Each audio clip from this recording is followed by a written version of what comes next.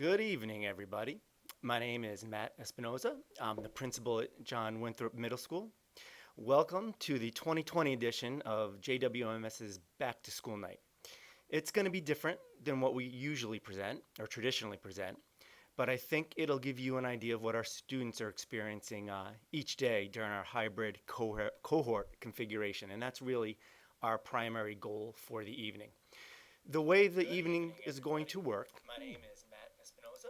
I'm the principal at John Winthrop Middle School. Hold on one second. We're just going to fix that. So we knew there were going to be technical glitches. So you can't have both screens on at once. As I was saying, the way the evening is going to progress is both Mr. Foxon and I are going to speak to you a little bit here. And then at the end of our talk, you'll see in the comment section underneath the video on the channel two links, one for a seventh grade meeting and another for an 8th grade meeting. And there the teachers will be leading you through a presentation that kind of goes over what your students' days are looking like now and for at least the next few weeks here at JW. The first thing I wanted to talk to you about was at JW we have monthly themes. And to start the year, we thought this year we should start with the theme of responsibility. And that makes a lot of sense given our current situation, especially for those students who are learning at home 100%, or the rest of the population who are only here 2 days a week and learning virtual 3 days a week. As you can imagine, that puts a little bit more pressure on the students. And we want to use it as a good opportunity to really drive home the idea of student responsibility. So we're pushing that students stay organized.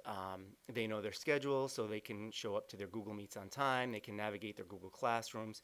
And we're doing a lot of work to help them organize because not only will they need it for the coming weeks, but it's also a really good skill to have them learn. And when things are authentic, students tend to learn a lot more effectively and efficiently. So we're going to leverage that. It's difficult for students to stay on task when the teacher's not in front of them the way they normally would be. So that idea of responsibility becomes even more important.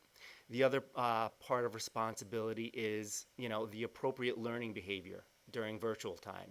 It's easy for teachers to keep students on track and doing the right thing when they're in front of them, but it's more difficult when they're in another area, in another part of town, participating through a computer screen. And Mr. Foxon, when he starts to present, he's going to talk a little bit more about that. The last thing with responsibility really comes down to students being able to advocate for themselves, and that's another important skill. We really want the students to, when they're struggling, when they don't understand something, especially when they don't have the teacher right in front of them, to communicate with the teacher and just say, I don't understand this, I need a little help. And the teachers are set up multiple ways for the students to say just that they need a little bit of extra help, and we have things in place where that can happen. Now that we're through the first few weeks of school, our focus is going to shift a little bit. For the first few weeks, we really wanted to concentrate on transitioning the students back into school safely, setting new routines, and really focusing on the social and emotional parts of learning, getting them back in a mindset to learn. But now we're going to start shifting into the academic piece, where we're really going to assess where students are and plan appropriate lessons and activities. Everybody ended the year last year in such different places that the teachers right now are going to spend time figuring out where each student is and try and get everybody to the same place at their own pace. So be on the lookout for that. And along those lines, it's not just a district focus, but JW's focus this year is going to be on something called high quality instruction. And it's another teacher acronym. You're going to hear a lot about it. It's HQI, high quality instruction. And really the heart of that is we're going to start using data in a responsible and reasonable manner. We're going to see where students are on any particular day or unit or learning standard, and come up with plans to address the students where they are. And we're going to use that data to group the students. So there's little learning groups in each classroom where we're getting everybody to the same place, but it might be in different ways. So that's called differentiation, and we're going to do that according to student need. There's a few ways that we're going to focus on doing that. Sometimes students need different sorts of content to reach a standard. So they might have different materials, and that could be by interest, that could be by level. There's a variety of different ways to differentiate by content, and the other way to differentiate is by outcome. Students have different interests, so what we want to do is come up with some kind of consolidating final product, a project that has to do with student interest, or maybe something where we can say, you know what, I know the student really needs help, let's say on writing. Their final product is going to be an essay. Or we kind of change things so that it matches student needs and best maximizes student growth.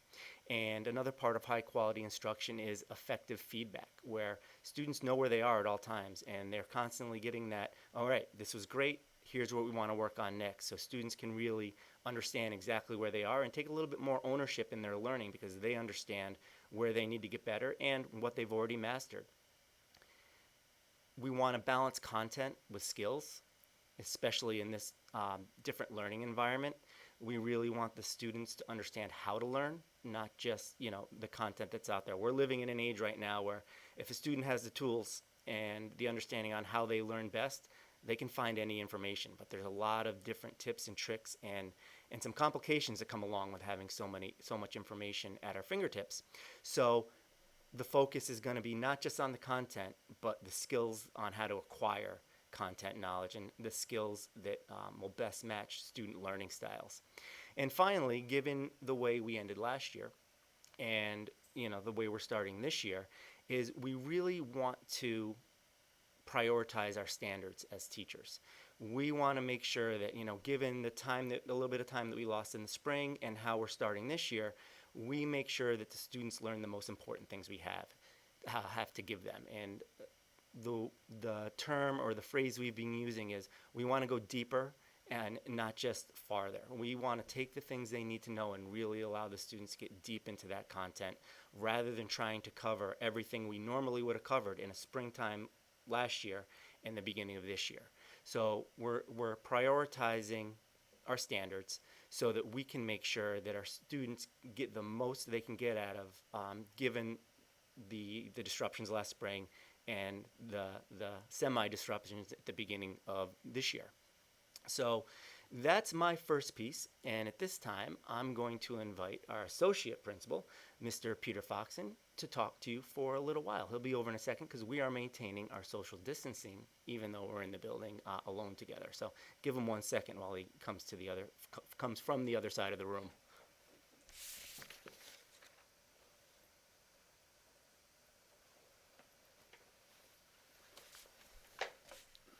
Okay. Thank you, Mr. Espinosa, for that introduction, and welcome, everyone. Thank you for being here. Although I know that we will not be able to see you all who are joining us this evening, we really appreciate all of you participating in this process. It's an important start to the school year normally, and on top of that, wow, what a different school year that we have kicked off this year. So thank you for being here.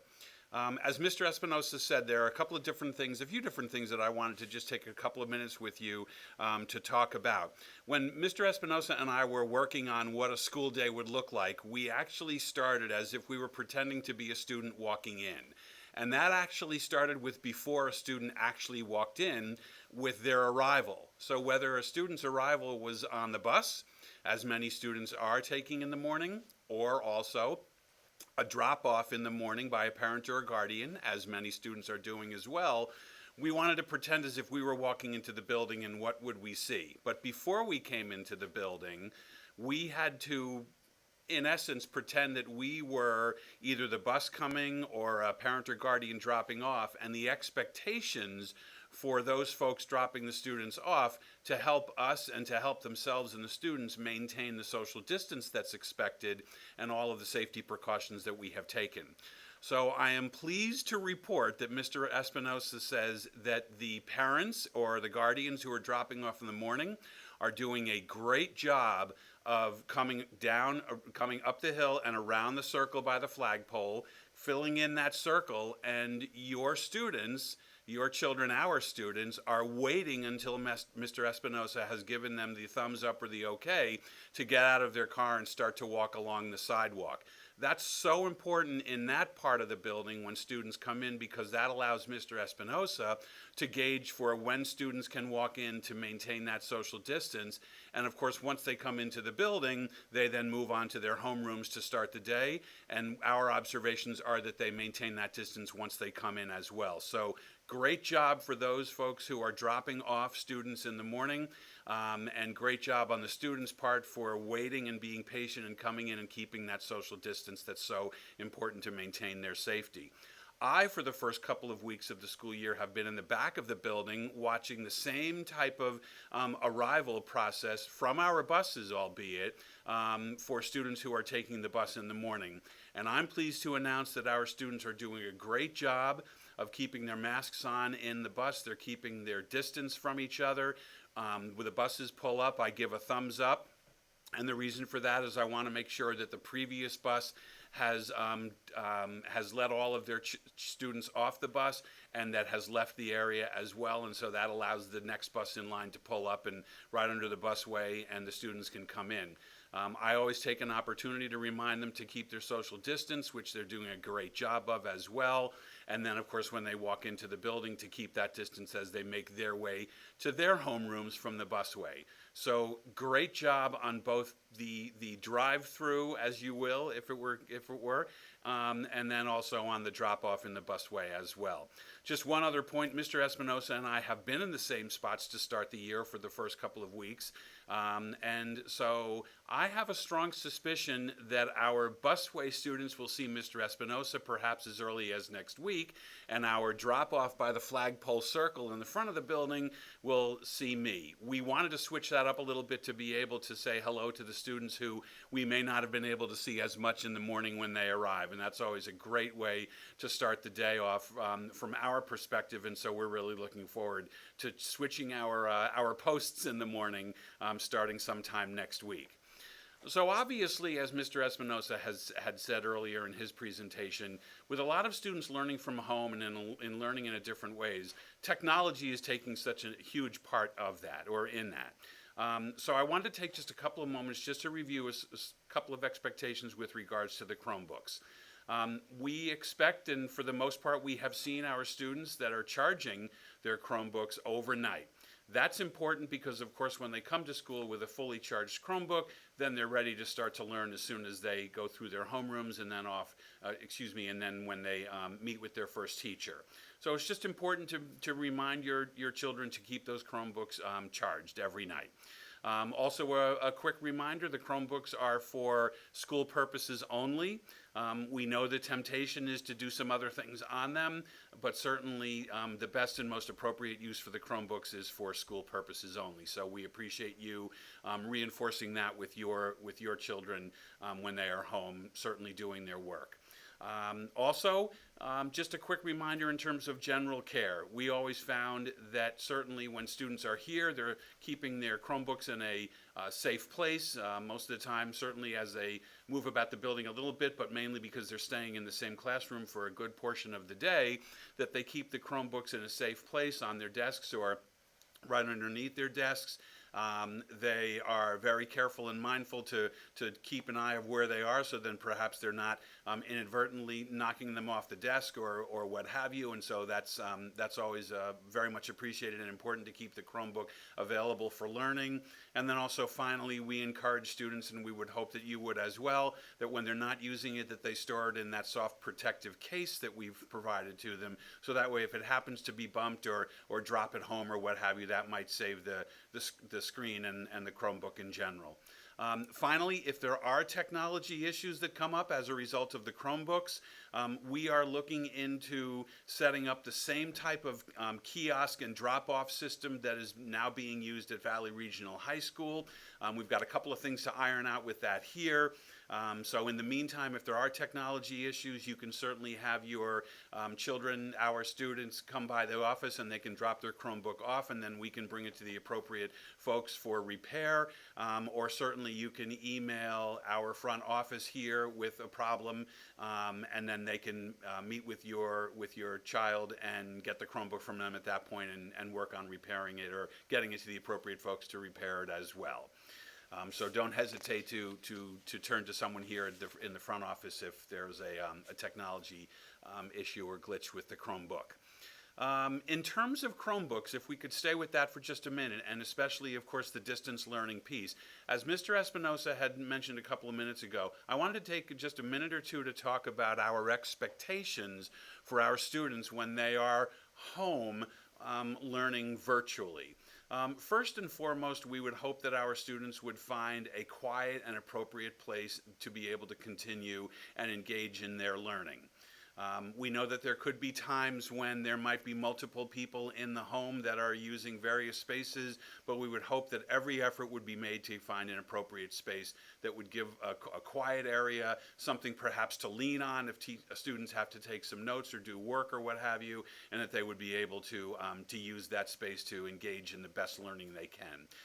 Also, just like we would expect in school, we would expect, and we do expect, students to be dressed appropriately when they are on their screens from home. Third, also, certainly we cannot mandate this, but we would certainly hope that you would encourage your students, your children, to always have their cameras on when they are engaged in their distance e-learning. We understand that there might be instances where maybe the camera would need to be off, but for our teachers, it's always best to be able to see their students. That way they can react quickly if your child would raise his or her hand with a question. And then also, ultimately, oftentimes teachers will be able to read body language and facial expressions and things of that nature to be able to assist a student because they understand that maybe the student, or they see that the student is confused and what have you. So, in short, we have the same expectations as if your children are in school. Our teachers do have the ability to mute or remove a disruptive student. We certainly hope that we never get to that point, but naturally there are other students engaged in the learning process, and we need to focus on everyone in the classroom as well. So we just hope that everyone will stay appropriately engaged and contribute to their classrooms in that way when they're learning virtually in the great ways that we know they can. Couple of other points that I wanted to make before I hand the meeting back to Mr. Espinosa. As you know, our in-school and after-school activities play a very important role in being available to our students and providing opportunities for our students to try things they may not have tried before. The restrictions, however, related to COVID-19 and the cohort configuration make it difficult to offer any after-school activities right now. Our goal, though, is to get back to those activities, traditions, and structures that make JW so special. And if we can, we'll let you know as soon as we can to give to you any of those, or to inform you of any of those changes to this. Just a couple of other final points. It's important to be asking your children at any opportunity how they're feeling. And I'm sure after all of these months, we're all familiar with the COVID-19 checklist. Check your temperature, how does your stomach feel? Do you have a headache? How are you feeling today? And our hope is that is happening in the morning before your children, our students, come to school, and we would encourage you to keep doing that. We always want you to know that we would like you to err on the side of caution, of course, and so if there is a situation where a student just doesn't feel well, certainly let us know that they will not be joining us for school that day, but of course, as you know by now, the opportunity to continue the learning is always there from home as well on any given day of the week. So certainly keep that in mind for your child's health, and certainly the health of all of your family members. And finally, my final contribution for this evening's process is that we do have an attendance email form that you can, or a way to reach us to let us know if you would like that your child will be out. That is the JWMS attendance link that can be found on the JW website. So certainly please feel free to use that as a way to communicate with us about your child's attendance on any given day. And then also finally, as you know, Wednesdays is an all virtual day. No one is in school, no students are here. And so in the event that your child is unavailable, or excuse me, is online and clicking into a class, that there is an attendance form in the homeroom's Google Classroom that will allow them to say that they are here. And that way then we can keep a track of everyone who has logged in for that day as well. So with that, I'd like to thank you for your attention to my part of the presentation this evening, and I'm going to turn the meeting back to Mr. Espinosa. Thank you very much.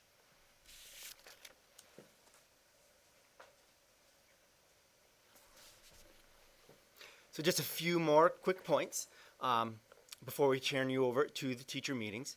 The teachers will go over what a student's schedule looks like for the most part, and I'm sure many of you have a fairly clear idea. The one thing I wanted to mention is, as a district, we're following the state of Connecticut's recommendations that we're following a cohort configuration and a hybrid schedule. So, as you can imagine, keeping students together in one classroom creates some scheduling complications, and it's affecting the way a student would normally choose to participate in electives.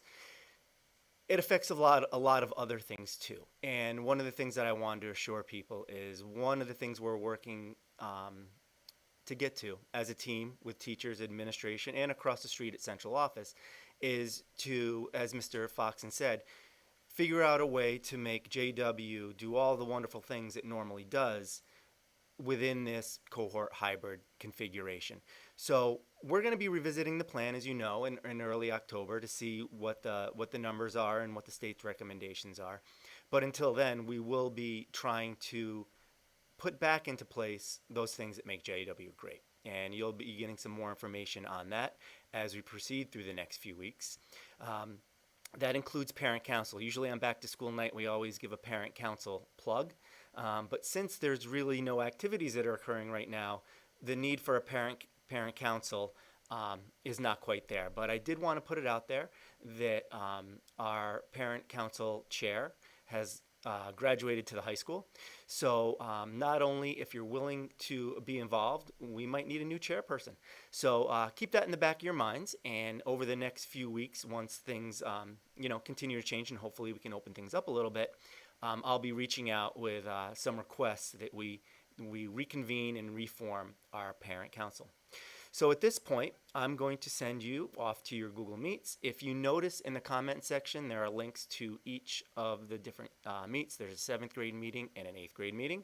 The links were also in the emails that I sent, I believe, 2 days ago and this afternoon. Google Meet, we say the same thing to our students. If you wouldn't mind, please make sure your mic is muted. It just makes it easier and a little less noisy for the presenters. We're going to be recording the entirety of this evening. So this broadcast is going to be recorded, and the teacher presentations will also be recorded. And I should also mention that the exploratory teachers are split. Half are going to be with the 7th grade meeting, the other half will be with the 8th grade meeting. But what we've done is created videos for all of the exploratory teachers. So after this meeting is over, you'll be able to listen to an explanation from the exploratory teachers you didn't get a chance to hear from. So hopefully, if all goes well, everything will be available, and I'll put it in one tidy document for tomorrow. So if you missed anything or you want to revisit anything, you'll be able to view that at your leisure. So that's all I have for right now. Mr. Foxen and I will each be in one of the meetings. So I'm going to head to the 7th grade meeting. Mr. Foxen will head to the 8th grade meeting. And for the 8th grade parents, who I won't see at the end of the night, it's going to be a great year. And I know as the year moves on, we're going to do our best to make sure our 8th graders have that traditional JW experience. So for those who I won't see later, at the end of the program, have a great night, enjoy yourself, and hopefully you get a lot of good information. I'm going to end this broadcast, and you can click on the links below to get to your meeting. Have a great night.